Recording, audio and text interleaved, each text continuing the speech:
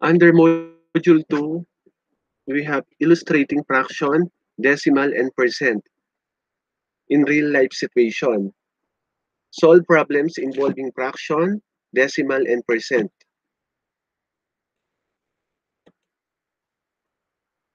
Question number 1. Compute the average actual attendance of the senior high school per month from pre-implementation until January 2019. If the total number of enrollees of senior high school is 752 in school year 2018-2019, refer to the monthly report on Project Tardy below. So we have here a bar graph, and we have a percentage from pre-implementation up to January 2019.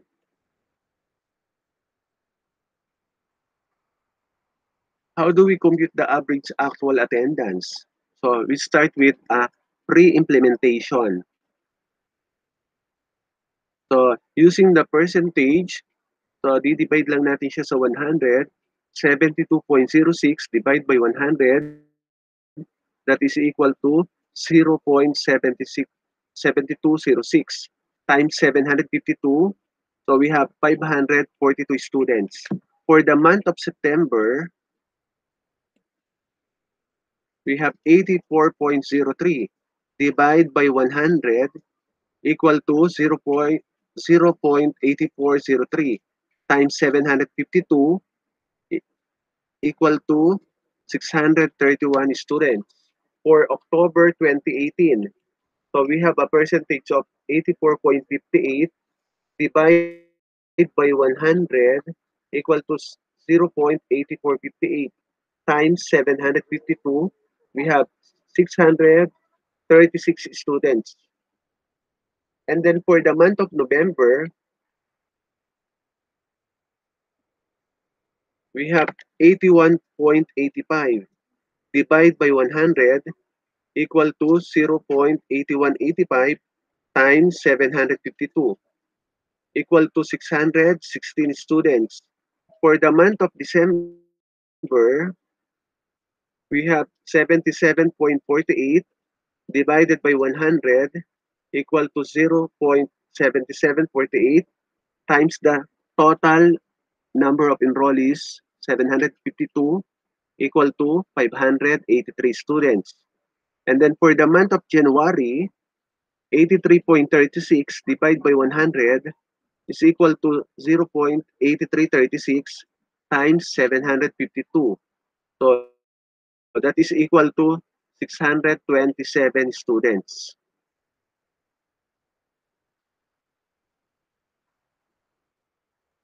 Next question, number 2. After receiving his retirement pay, Mr. Rodelas plans to put up computer shop in their place. His total budget is 600,000 and he allots 200,000 for the computer units.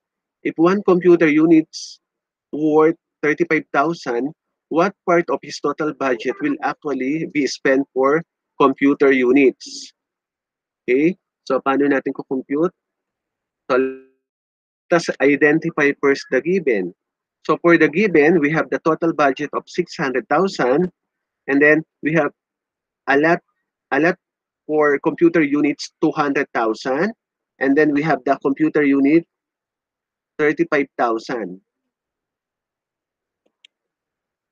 So, for the solution, so para malaman natin kung ilan yung computer unit in the amount of 200,000, so i-divide lang natin siya. So that is equal to 5.71.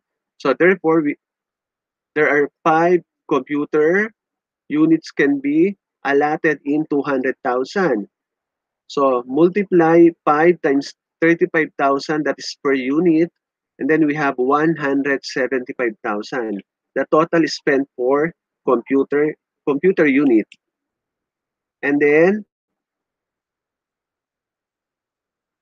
175,000, di-divide lang natin sa 600,000. That is equal to 7 over 24 or 0.2917. equal to 29.17%. That is the part of his actual budget for the computer.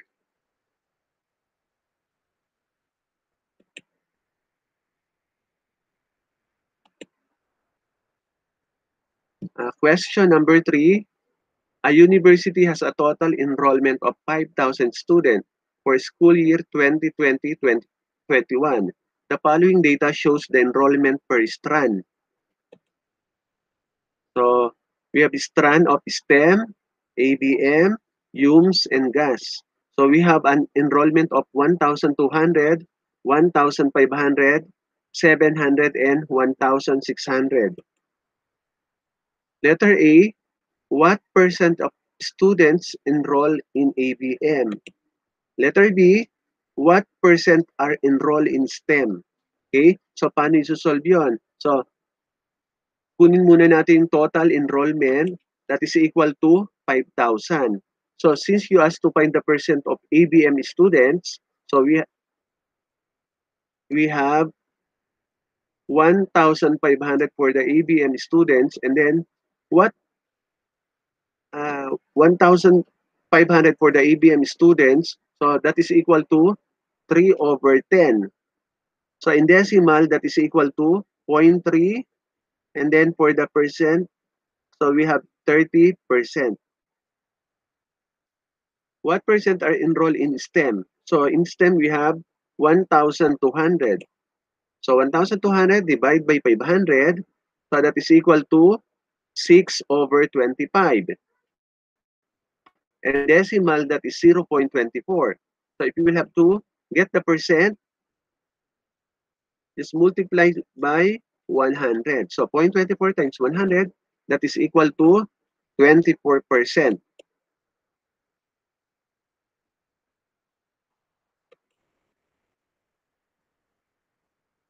So for question number 4, in a local election at a polling station A, 945 voter cast their vote out of 1,270 registered voter.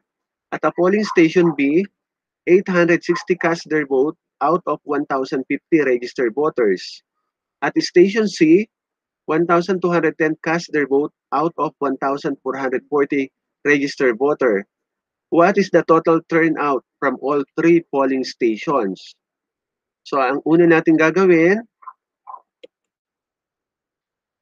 find the total voters cast their votes.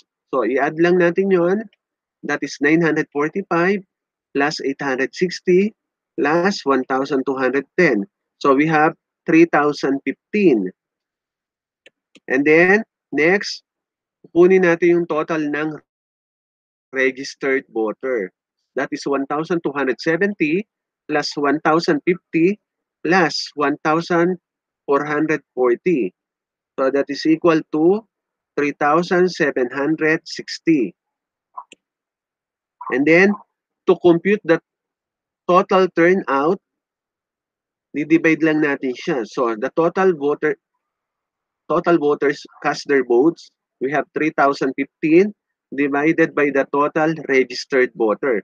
So that is 0.1819. And then in percent, we have 80.19%.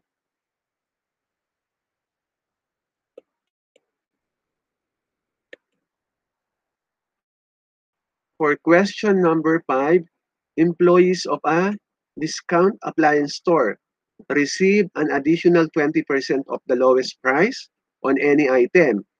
If an employee purchase a dishwasher during a 15% off sale, how much will he pay if the dishwasher originally cost 450?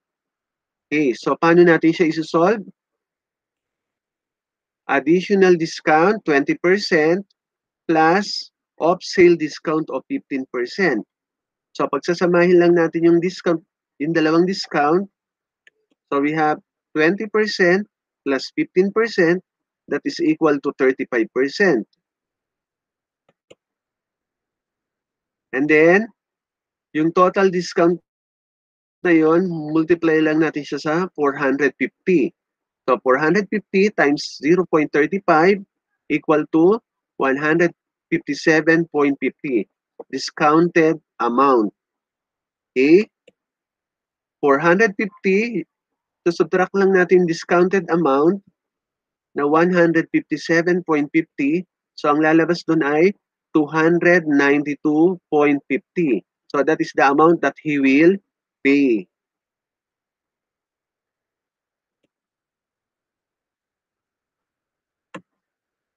For question number 6, the sale price of a refrigerator is 12,590, which is 20% of the original price. What is the original price? So paano natin isosolve? How do we get the original price? Okay? So let us identify first the given. So we have the sale price of the refrigerator that is equal to 12,590 pesos. A discount up to the original price that is 20%. Okay, so mumultiply lang natin yung 12,590 sa discount na 20%. Okay? So that is 12,590 times 0.2 equal to 2,518 pesos. So after na makuha yon, okay, we can now find the original price. Paano natin makukuha yung original price? Sale price plus the discount amount, that is the original price. So 12,590 pesos plus 2,518 pesos. So ang original price niya ay 15,108 pesos. Question number 7. A tank that is 7/8 full when 21 liters of water are drawn out. The tank is 5/8 full. What is the total capacity of the tank in liters? Okay, so to solve, so we can use X variable.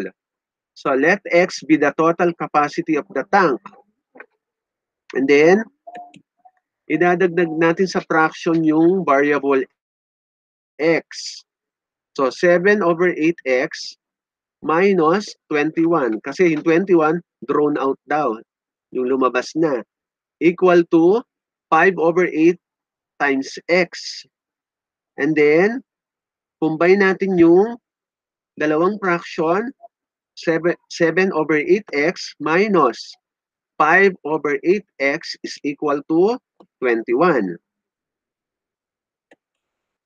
And then, we can simplify 7/8 minus 5/8. So, they have the same denominator. So, subtract lang natin yon, magiging 2/8x is equal to 21. So, yung 2/8, pwede pa natin siyang isimplify. So, that is equal to 1/4 x. Okay? Equal to 21. And then, so let us eliminate 1/4. So, by dividing 1/4 on both sides. So, we have x is equal to 21 times 4/1. Therefore, the answer is 84 liters.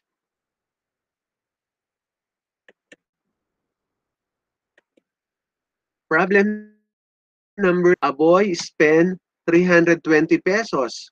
So, which was 5/7 of what he had originally. How much did he have originally? Okay, so paano natin solve?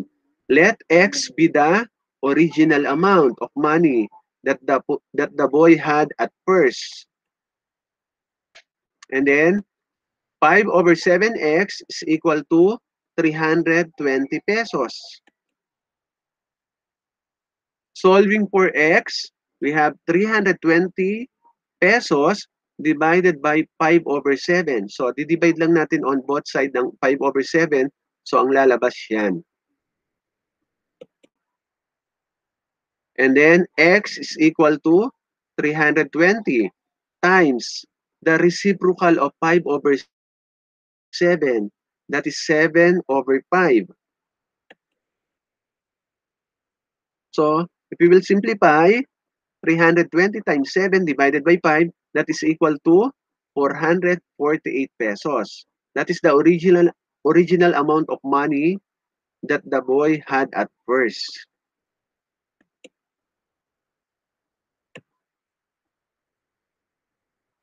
In number 9, of John's salary, 1/10 is spent for clothing and one-fourth for board and lodging. What part of the salary is left for other expenditure and savings? Okay? Let X be the part left for other expenditures and savings. So, ayun yung natira. And then, X is equal to the whole.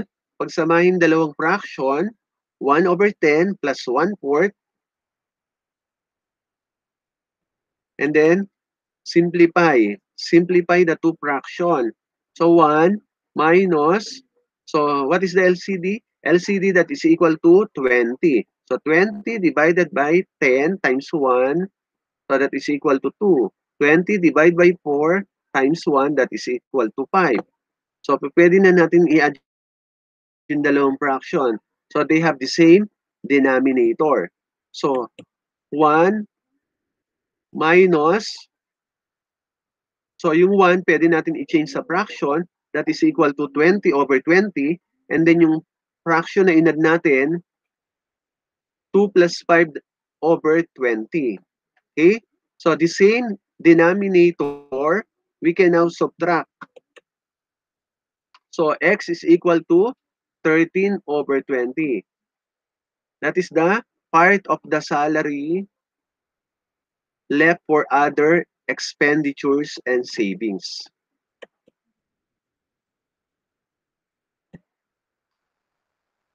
In number 10, a basketball team has won 24 games out of 36 games played. It has 24 more games to play. How many of these must the team win to make its record 80% of the season? So, paano natin siya isusolve? So, we have a total number of wins is equal to 80% of the season times the total number of games.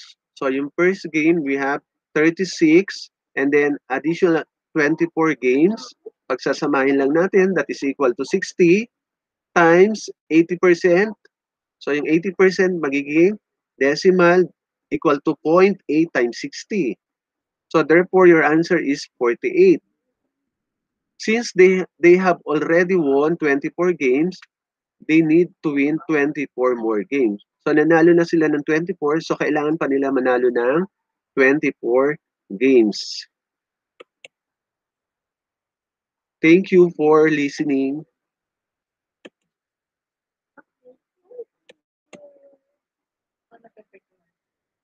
Thank you for listening, guys.